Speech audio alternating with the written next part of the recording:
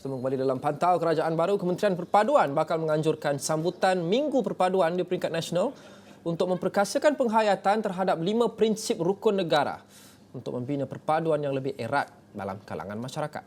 Menterinya, Dato' Aaron Agu Dagang berkata hasrat utama penganjuran program-program seumpama ini adalah untuk mempertingkatkan lagi semangat patriotisme dan rasa cinta kepada tanah air yang berasaskan kepada prinsip rukun negara. Penganjuran program memberi tumpuan kepada pembangunan masyarakat madani iaitu usaha membentuk masyarakat yang maju dari segi pemikiran, kerohanian dan pembangunan dengan menyemai nilai-nilai murni. Ia termasuk memperkasa sikap saling menghormati sesama rakyat sebagai norma sosial dan budaya ke arah pengukuhan perpaduan masyarakat secara keseluruhannya.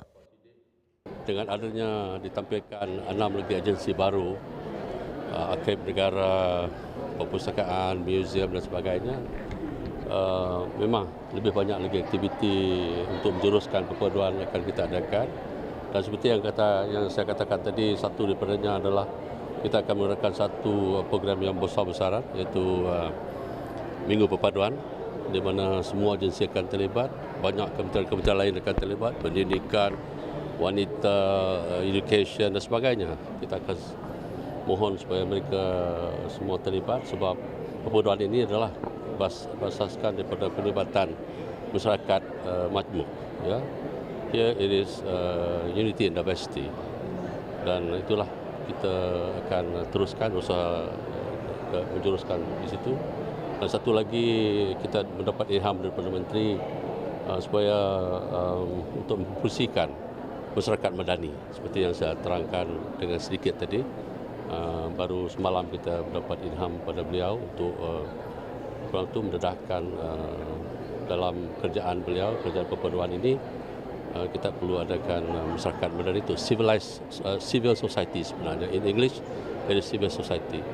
Dan di sini ditekankan pelibatan orang ramai dari segi demokrasi, dari segi pentampilan, dari segi penyuarakan masalah dan sebagainya, lebih bebas, ya, konsep demokrasi.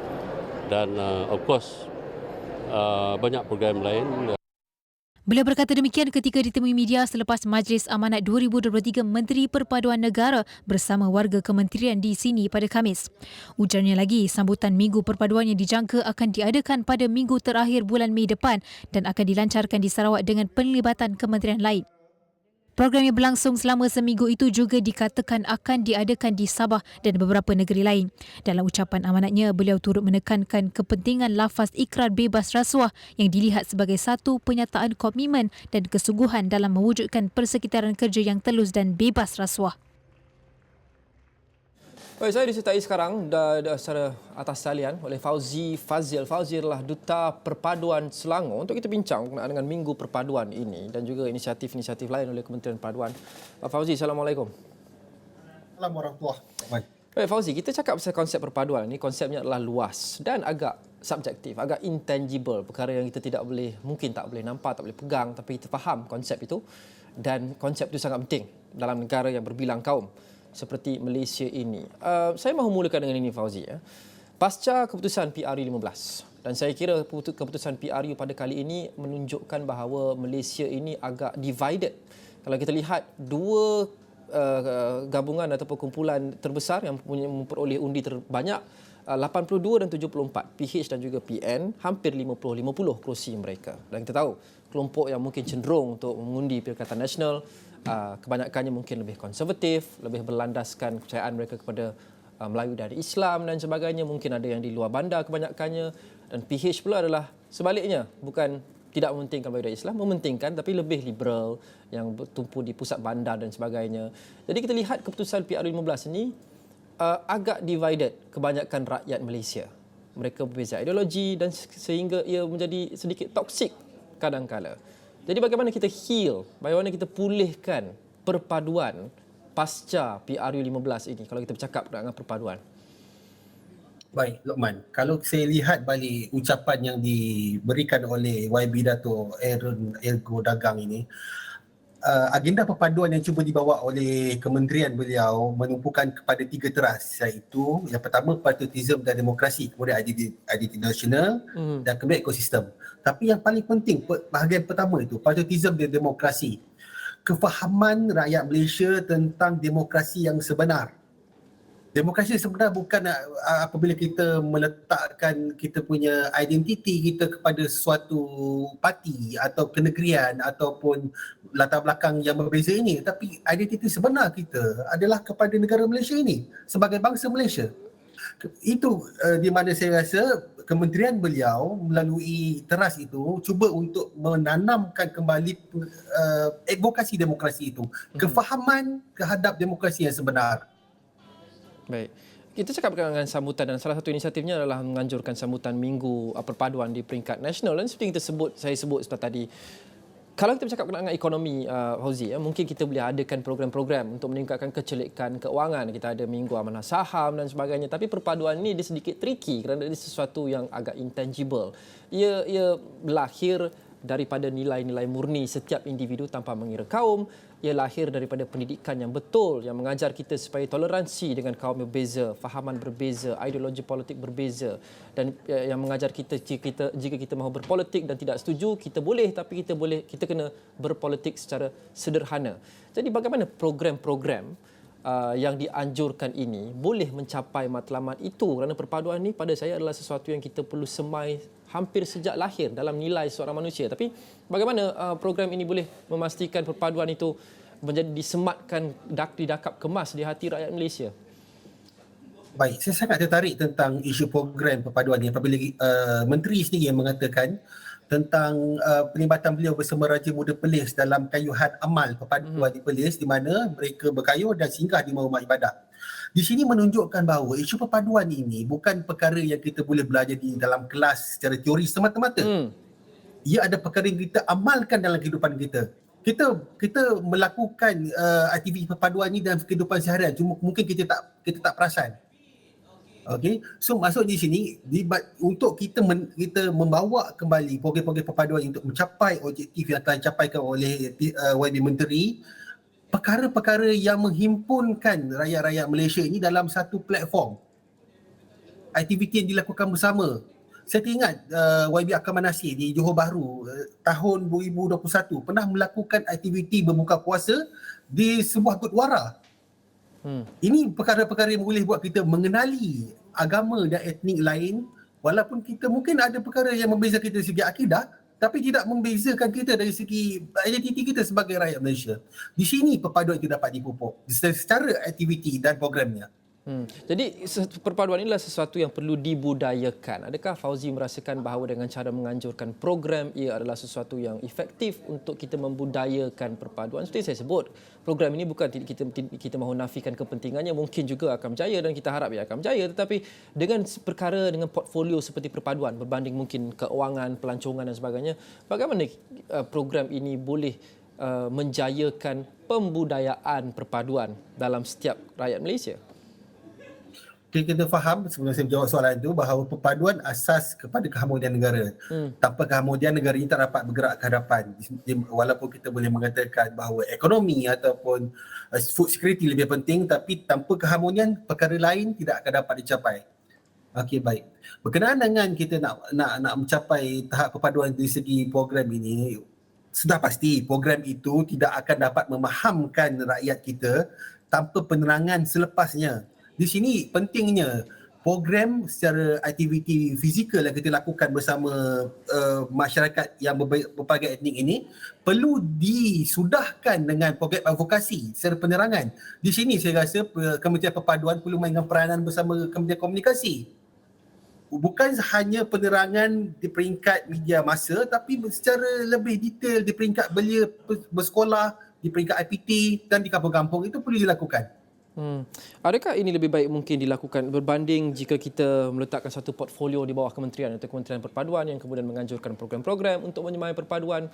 Adakah mungkin lebih baik dan lebih efektif kita incorporate perkara ini dalam model pendidikan sebagai contoh? Kerana values itu, nilai-nilai itu perlu mula diajar daripada umur yang agak tender, umur yang muda. Ini adalah values yang setiap rakyat Malaysia akan membesar dan mengamati nilai-nilai tersebut, dan mereka secara automatiknya insya-Allah akan membudayakan perpaduan. Mereka akan lebih bertoleransi terhadap kaum yang berbeza, agama yang berbeza, fahaman politik yang berbeza. Adakah sebenarnya perkara ini lebih mungkin sasar, lebih efektif jika ia dilaksanakan dengan cara kita sematkan, integratekan dalam model pendidikan kita berbanding penganjuran program-program yang memakan belanja? Saya sangat setuju dengan platform pendidikan kerana saya selaku pensyarah sambilan mengajar tentang pengajian Malaysia di sebuah kolej. Kita dapat lihat bahawa pemahaman tentang konsep kenegaraan, demokrasi yang bebas itu dapat lebih difahami melalui pengajian Malaysia itu. Tapi sayangnya silibus pengajian Malaysia ni diajar di peringkat IPT ke atas, tidak ke bawah. Mungkin kita ada di peringkat tingkatan 6 atas, tingkatan 6 yang membawa pengajian umum, tapi ke bawahnya saya tak lihat tentang isu perpaduan ini dibincangkan dalam mana-mana silibus. Mungkin kita boleh mulakan sebagai subjek elektif yang tidak perlukan peperiksaan. Dan ia tak perlu banyak masa dalam pembelajaran di persekolahan itu. Mungkin sejam, seminggu sudah cukup untuk kita sekurang-kurangnya memahamkan rakyat Malaysia berbilang kaum di peringkat awal asasnya tentang kepelbagaian etnik dan usaha perpaduan yang kita lakukan di Malaysia ini. Kalau kita lihat di Jepun sebagai contoh, Fauzi, model pendidikannya, mereka akan mengutamakan pengajaran ataupun pendidikan nilai terlebih dahulu, kemudian baru akademik dan kemahiran dan sebagainya. Murid-murid tadika, sekolah rendah diajar untuk membersihkan bilik darjah dan kemas selepas mereka makan dan sebagainya. Jadi pengajaran dan semat nilai itu bermula daripada peringkat awal.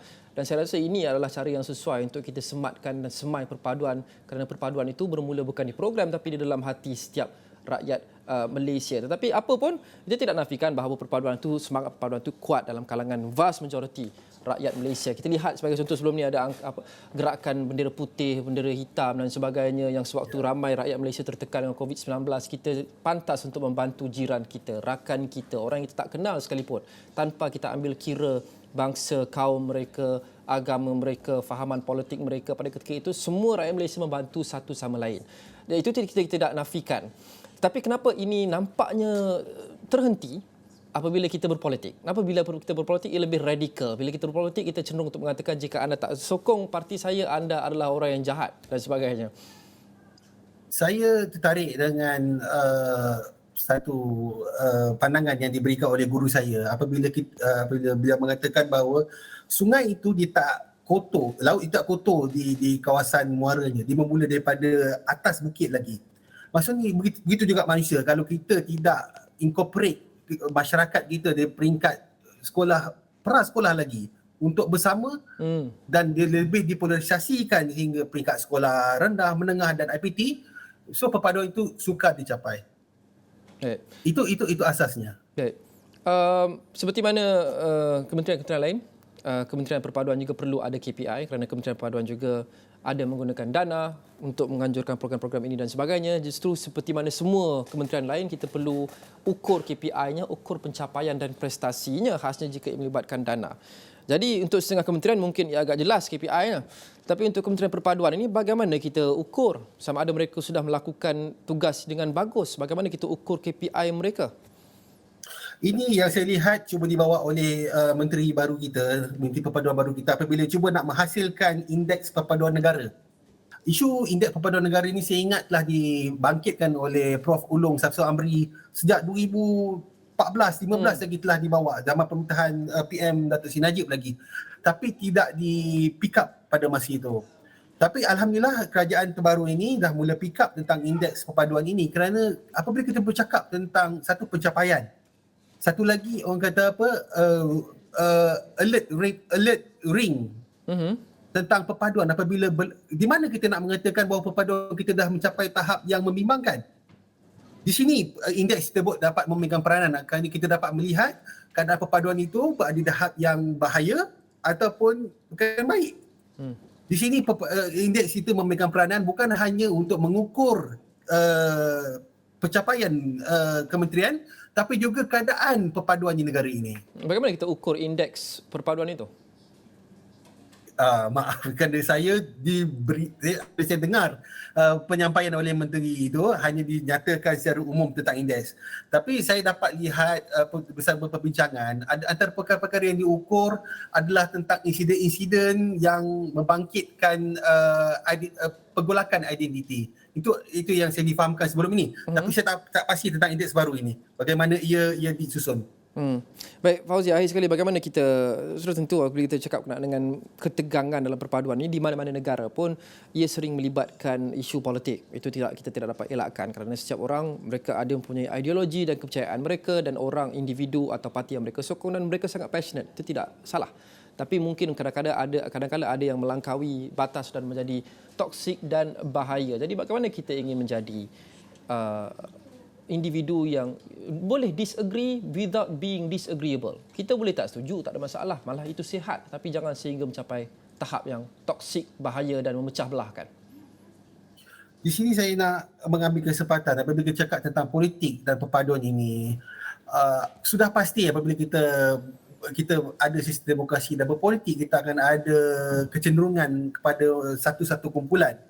Tapi kita perlu faham bahawa setiap kumpulan, akhirnya matlamat akhir setiap kumpulan atau parti politik ini adalah untuk membangunkan negara ini. Tak pernah ada ahli politik atau ketua-ketua parti politik dalam benak sanubari dia nak dapat kuasa untuk menghancurkan negara ini. Takkan ada ketua parti politik atau ketua mana-mana kumpulan yang terlibat dalam demokrasi mempunyai pandangan sebegitu. Itu asas pertama. Apabila kita boleh faham bahawa semua pihak nak membangunkan negara ini, tak ada pihak yang kita boleh katakan sebagai komunis ataupun sebagai Taliban.